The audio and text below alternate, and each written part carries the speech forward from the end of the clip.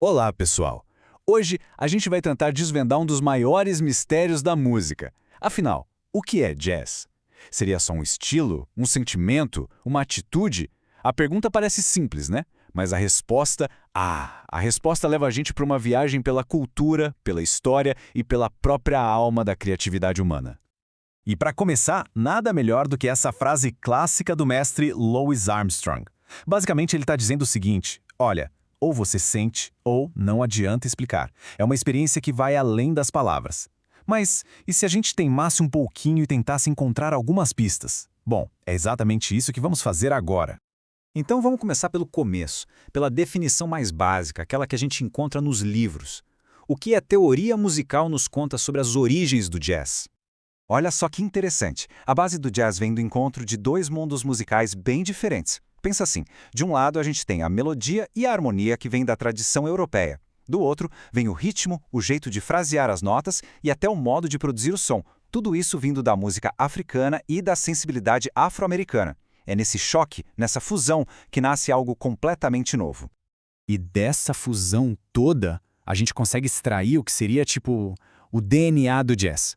São três elementos técnicos que servem como os pilares que sustentam toda a intensidade e a energia que fazem essa música ser tão única. E quais são eles? Bom, estamos falando do swing, da improvisação e da dupla sonoridade e fraseado. É a combinação desses três que cria aquela tensão, aquela energia que, quando a gente ouve, logo pensa: opa, isso é jazz, é a marca registrada do negócio. Primeiro, o swing. E olha, pode esquecer aquela ideia de um ritmo quadradinho super certinho. Swing é outra coisa. É uma relação especial com o tempo. Imagina que tem uma batida constante lá no fundo, firme, e por cima dela as melodias vêm dançando, sabe? Elas se adiantam um pouco, se atrasam, brincam com o tempo. É desse atrito, desse jogo, que nasce a tensão que faz o jazz balançar, que faz ele pulsar. Depois a gente tem a improvisação. Aqui, a música nasce no momento. É como se não existisse nenhum filtro entre a ideia na cabeça do músico e o som que chega até a gente.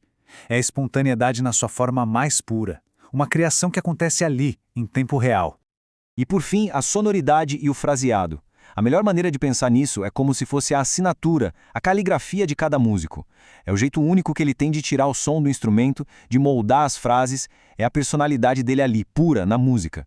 É por isso que a gente reconhece o trompete sussurrado de Miles Davis ou o saxofone vulcânico de John Coltrane em pouquíssimas notas. Ok, agora vem o pulo do gato. Esses três elementos, eles não vivem em paz e harmonia não. Pelo contrário, eles estão sempre em tensão, num jogo de equilíbrio super delicado. E é justamente nesse conflito que a mágica do jazz acontece.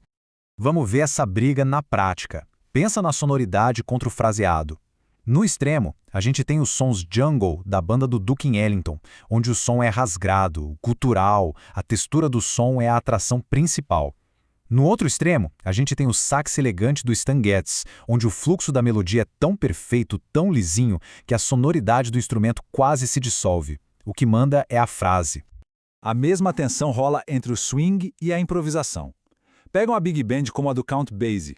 É uma máquina de swing, um ritmo perfeito e contagiante, mas com pouco espaço para solos muito livres. Já no outro extremo, a gente tem o free jazz de Lenny Tristano.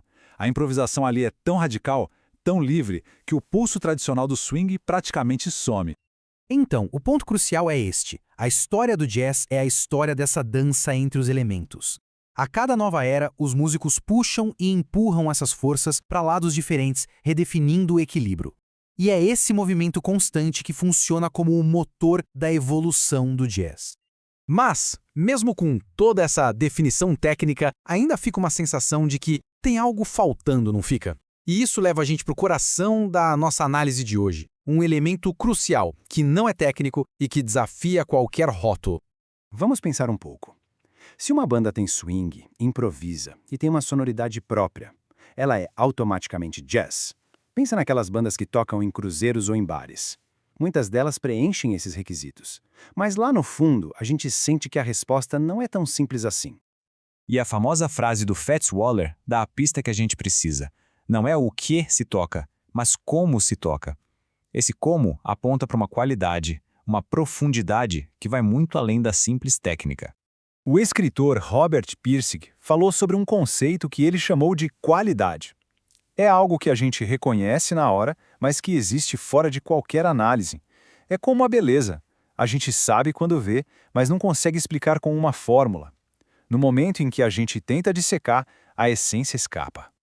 Então, aqui está o nosso quarto elemento, o ingrediente secreto, a qualidade. Ela que separa o jazz autêntico, que pulsa de verdade, da mera imitação comercial.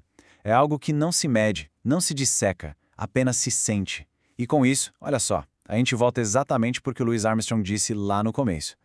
Mas a definição não para por aí.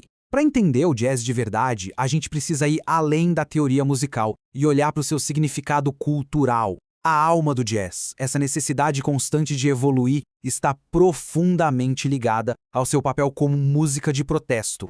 O jazz vive numa luta constante contra o clichê. Ele se recusa a aceitar o que é fácil, previsível e comercial. A grande inovação de hoje pode virar a fórmula batida de amanhã. E essa necessidade de se reinventar, de nunca se acomodar, é a verdadeira fonte da sua vitalidade. E contra o que o jazz protesta? Bom, ele se levanta contra todas as formas de discriminação. Ele desafia uma moralidade engessada. Ele questiona a despersonalização da vida moderna. Num mundo que insiste em nos colocar em caixinhas, o jazz é um grito poderoso pela liberdade e pela individualidade.